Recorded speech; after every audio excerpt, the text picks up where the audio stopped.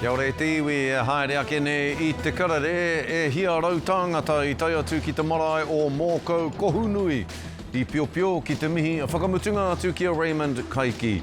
He rangatira whai mana no Ngāti Mani o Poto me te kāhui maunga. Ko te rāhui inu waipiro e tau I hoana ki te roto o ngatu.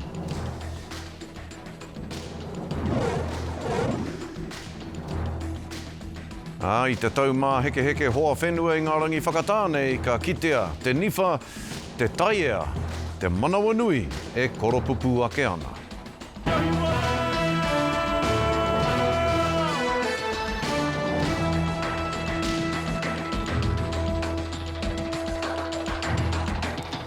Kei ngā rauru o te ruatāngainga e tēnā koutou katoa. E hia rau tāngata I tai atu ki te marae o mōkau kohunui I pio ki te mihi whakamutunga atu ki a Raymond Kaiki. He rangatira whaimana no Ngāti Mani o Poto me te kāhui maunga.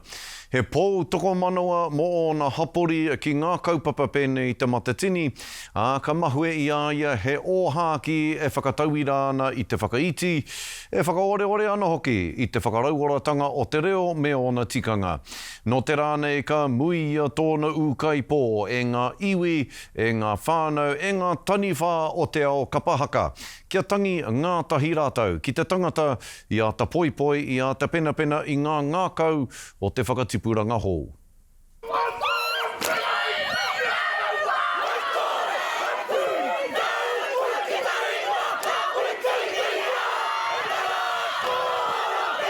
Tēnei te poroporo a ki whakamutunga mo te hautupu a Haka, a Raymond Kaiki.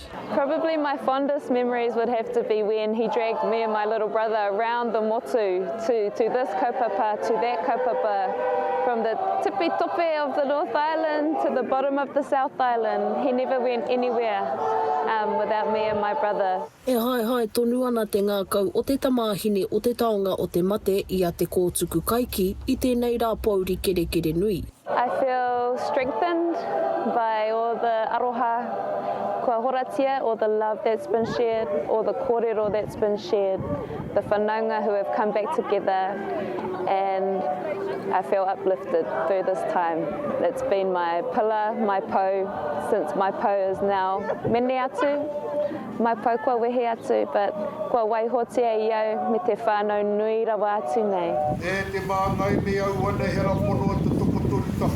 E ro te hononga ka Papa Raymond. Mai tana tamarikitanga, no hoi ki te taha tōku karaua e te hiwa, tōku kuia, heke iho te wā, a ka piri ana ki tōku whae keke, te nuku I te whenua, te rā kei wainga e rā wā, kei te kite, kei te kore kite, kei te kite, kei te kore kite, e ro te wā.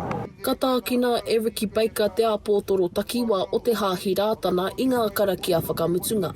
He tino ri te tonu ki ngā kōro he momo ia, tona humari e tanga. Te rā ka tau kē ie ki e rā kōro ngā kuia, karaua, ngā tikanga, ngā kaua, pai e ki te whakarite, ki te whakatika haere ngā ope, I te humari e tangi, I te ngāwari, te rangi mairi e. Te maha hoki, te tino maha hoki, rongo ana ki ngā kōrero o ngā rangi kua pāhure ake nei, I aia ko tētai o te mea tino nui, ko tōna reo reka, tōna pukumahi, tōna kaha ki te tūtuki, I ngā wawata o a mātua tūpuna, kia whāngai tonu te reo Māori, ki runga ki a tātou katoa te iwi Māori.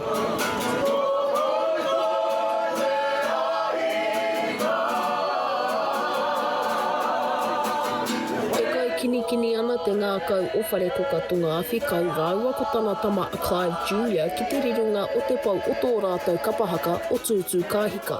Tō mātou rōpū I tīmata I te tau 2008, 2008, I tau a wā I te taha te rōpū o wit, he Polytech ki Taranaki.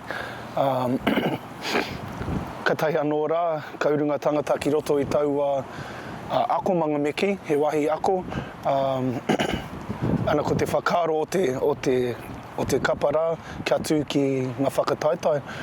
Nō reira koira te timatanga o tō tātou ropu, he whare wānanga. Rest well, pups. Ko tau mai taua hei whakatā e nai anei.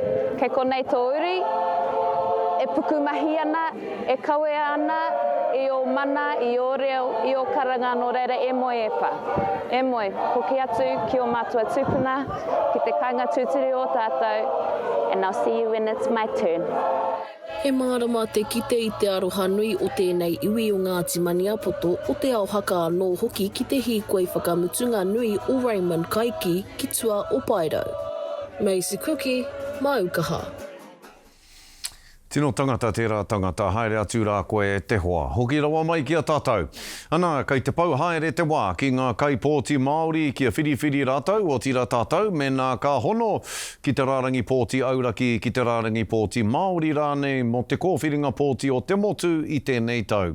Ko te rā whakamutunga e whakawhiti rārangi ai, ko te taite te ono o Ākuhata. Hei tā te hunga aki me mātua mōhio hoki te kaipōti Māori e rehita ana ki te pōti, kōhea te rohe pōti tika, hei tuku atu māna i ana pōti. Tari today, it's Hone from the Electoral Commission. Pako kia kakama ki te rehita. So particularly for Māori, for whānau Māori, people that whakapapa Māori or have Māori heritage, we've got an opportunity right now to decide which role we want to be on. E tere mai ana te wā ki te pōti no reira, e kaha aki tia ana tātou katoa ki te rehita I mua tonu I te tua ono o Ākuhata. So what being on the Māori role or the general role means is it determines what electorate you vote in. Now, a population of people that all vote for one person to represent them in Parliament. Ko tahi mano warurau ono te kaumāwhitu te tau, I whakamanahia ngā tūru Māori he whakakanohi I te iwi Māori I Pāremata, I te taurua mano mārua, I tupu te namo ngā tūru Māori ki te whitu. There might be people or candidates that have put themselves forward for the respective electorates, and that might help make my decision. Also, having a good kōrero with your whānau, your community, your friends around, okay, well, yeah, what role are you on? How come? And I guess the one thing we really want to see is we want to see more people out there voting across the spectrum, but specifically for us, I think a lot more Māori turning out to vote. The best place to go for information is vote.nz. You can call our 0800 number, that's 0800 36 76 56, or you can even text 36 76 and you can get a response and update your details that way as well. Mo te iwi Māori, he tino wānanga tēnei ki te tuku pōti. Haunga rā tēnā me kamakama tonu ki te rehita I mua tonu I te tuaono o Ākuhata. Amber Smith, te kukupa. Kua takarure mai anō te minita whakawhanake rohea matua Shane Jones ki tā tātou wānanga ki a te kōrero hia ngā take nui o te wā I te ao tōranga pū. Tēnā koe te matua. Kia ora, ngā mihi kia tātou katoa. E hoa, mena he tangata noa anō koe kei roto I te hapori, e hara koe I te kai tōranga pū, ka kōwhiri koe I te hea rārangi pōti, te rārangi auraki, te rārangi Māori rānei hea hai.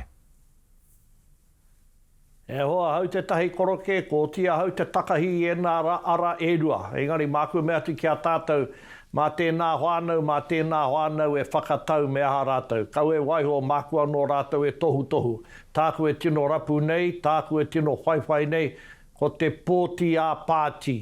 Te pōti a pāti, e kōrero ana koe mo te pāti o Aotearoa tuatahi. Me te ahe hoa, kua hoki te moko roa nei o Ron Mark ki te ropu o Aotearoa tuatahi. Mana ka aha e te matua, hea hoki te hua nui ona ka pute I aia ki te iwi Māori. Hea I hoki atu ai Ron Mark ki a koutou. Tēnei tangata mo te ao tōranga pūtana rite kei te tautohito e mara.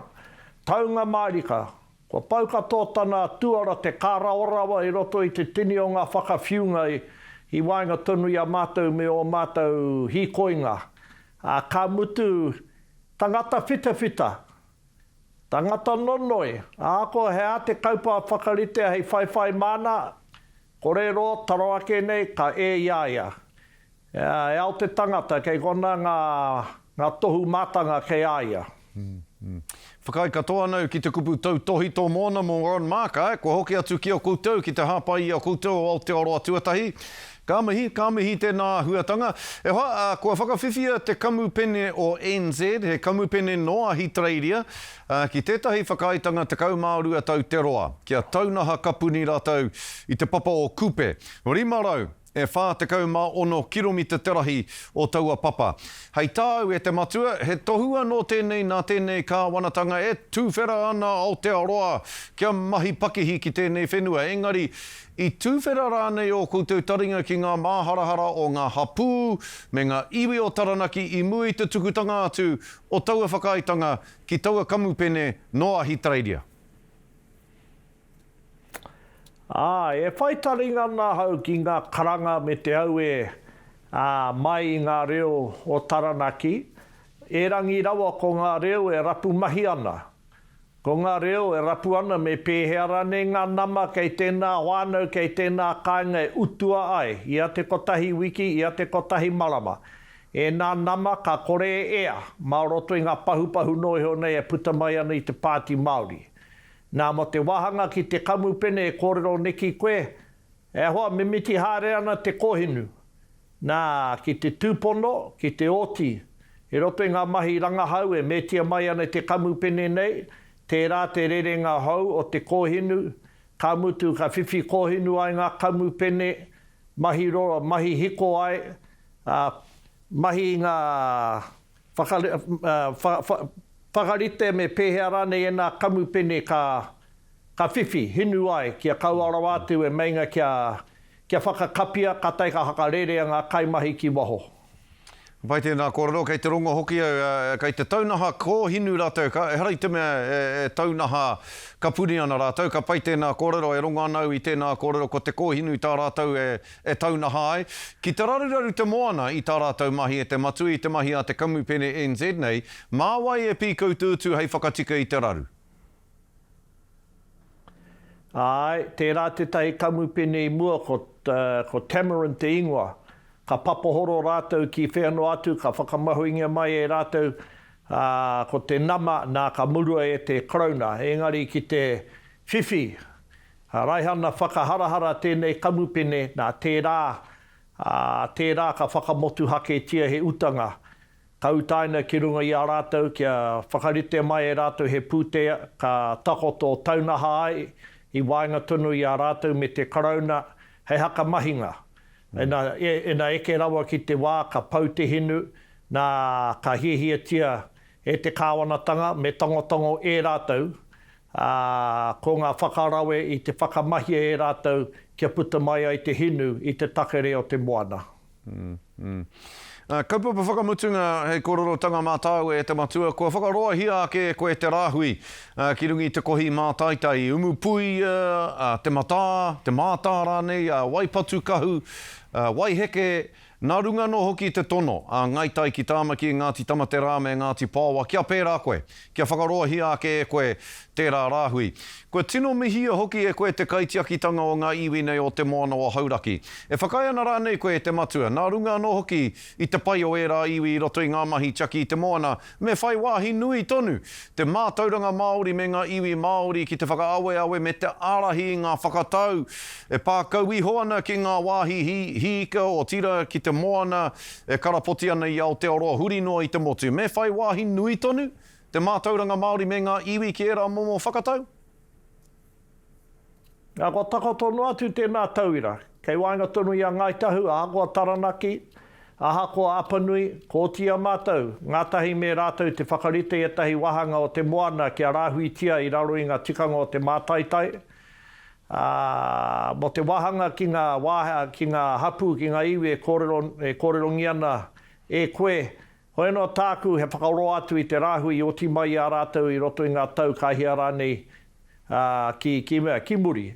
Nā te āhua nei, ka nui no atu te pakipaki, te āmene mai o te hāpori whānui, te paupautanga haeretanga o ngā huai, ngā kohota, me e ratu o ngā ungunga, ka kitea, i tērā pito o te moana, ara wainga tunu i te paringa o te tai me te timunga o te tai. Nā reira, kāre oku raruraru ki te tautoko i a rātou. Tā te mea, Kei raro I te ture, e āhe ana rātou te tono mai, ki āmeningi e te karauna, wā rātou tono nā te me, koe tēnā te whakaaitanga I oti te wāia mahuta, maturata, tā rātima me tā tipene, I te waikanaitanga o te kaupapa e pāna ki ngā pānga ika I raro I te pōtai o Sea Lord's Deal. Ka pai, te matu e mihi nui ana ki a koe I te pai o ena kōrero katoa me te mārama o ena whakautu katoa. Ka koe, hoki tonu mai nei ki te karere I te wiki ki te whakatakotoi o kōrero kuia hau ka mihi atu ki a koe. E te matu e Shane Jones o Aotearoa tuatahi tēnā rā koe. Kia ora, kia ora, kia ora. Pai nō rei tiwi hei muri ake I ngā whakatairanga I te taumā heke hoa whenua I ngā rangi whakatānei. Ka kitea te niwha, ka kitea te taia, ka kitea hoki. Te manawa nui e koropupu ake ane e te iwi kia mau tonu mai kia te karere haere ake nei ko te whakarapopototanga o te taumā heke hoa whenua o tēnei tau.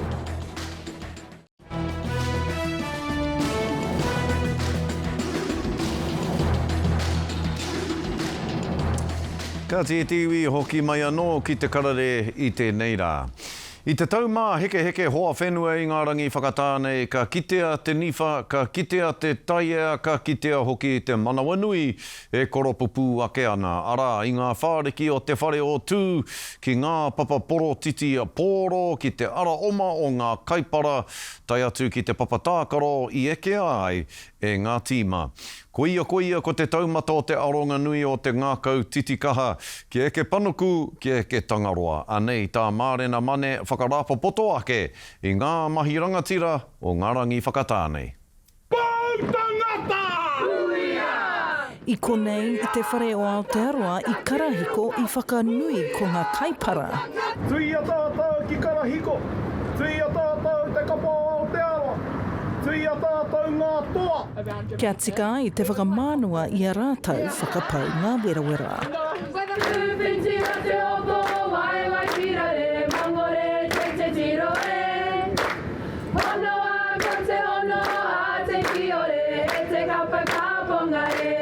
Anā kua hoki ora mai anō ngā kaponga, koe nei tā rātou ki tōrea tuatahi mai te ipu o te ao I te tau 2021. Nothing really compares to it. It's an amazing feeling and such a sense of relief that it's been a lot of hard work, you know. It's 7 games in 10 days. I roto noa I te tekau marama kua huri a Nāoling taurua mai te pūtake o tētahi o ngā tau tohe nui rawa o te poitarawhiti ki te kaiako toa o ngā tau mā heke. Well, the thing that I'd probably say is the old cliche about it's the team. So it's been a full team effort for us to get to this place. What I've always said about my contract is I get the Commonwealth Games over and then I see what the next step's going to be for me. Kua huri a Sydney Andrews I tāna toa mātāmuri I Birmingham hei me tarakaura ki karahiko. Ko te kōtiro no Turanga Nui a Kiwa te wahine tuatahi o Aotearoa kia riro I aia tētahi me tarakaura I tētahi hākinakina whawhai. It's really special. I like the taste of making history and I just did it. I waiho hoki e ngā kaipōro whaikaha tā rātou tohu ki ngā whakataitai e rua ngā mētara hiriwa I riro I a rātou. Ko Julie O'Connell e ono te kaumāwhitu o nā tau te kaumātua rawa o te tima o Aotearoa, a he hihia nōna kia hoki mai anō ki te whakataitai me nā ka whakai, tōna hauara. We've got the Worlds next year, so we'll just take one step at a time, age-wise. But I would like to be at the next one. I'll be, 71? So it's not too old, is it? I tai atu ngā kai e ke pahikara o Aotearoa ki karahiko me te ngā kautoa. Engari ko te whetū o Birmingham I hinga ki tāna Huarere mai rāno, no wera. I just love being out there racing the best and like I've said, the Commonwealth have such a strong women's field, so it's been a really, really big week with lots of good competitors. I tawa wā no ka riro I te kai e ke pahikara whaikaha Devon Briggs tāna mētara tuarua, he toa mātāmuri mo te whakataitai whai takitahi. Very, very tired, very sore. Really looking forward to a good sleep tonight. Ka mutu ngā taumā heke mō Aotearoa ki te tūranga tua ono. E toru te kaima ono katoa ngā mētara I riro. I nei ko anga ngā tirohanga katoa ki Inia, te whenua manaaki mō ngā taumā heke ai te tau, 2030. Mārena mane, te karere. Tino pai hoki te mahi a te kapa o Aotearoa, pai hoki te mahi a ngā Māori, Zoe Hobbs mā, Lewis Clarebird mā, ka mautuahi. Ha muri ake ngā pānui hoko ko ngā huarere o te wā ki I te tonu mai ki a te karere.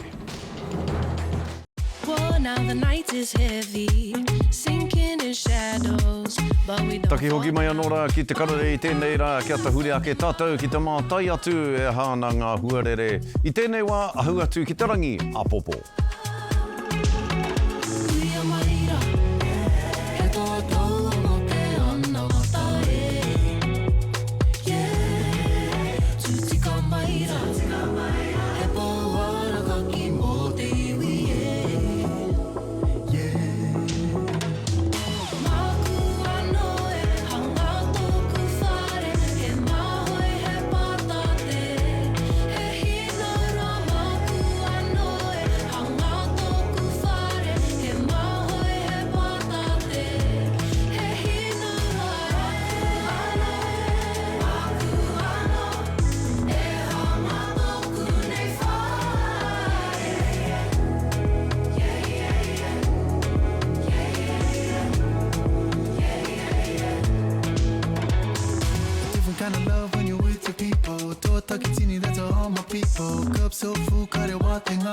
That's the kind of love that I want for my own.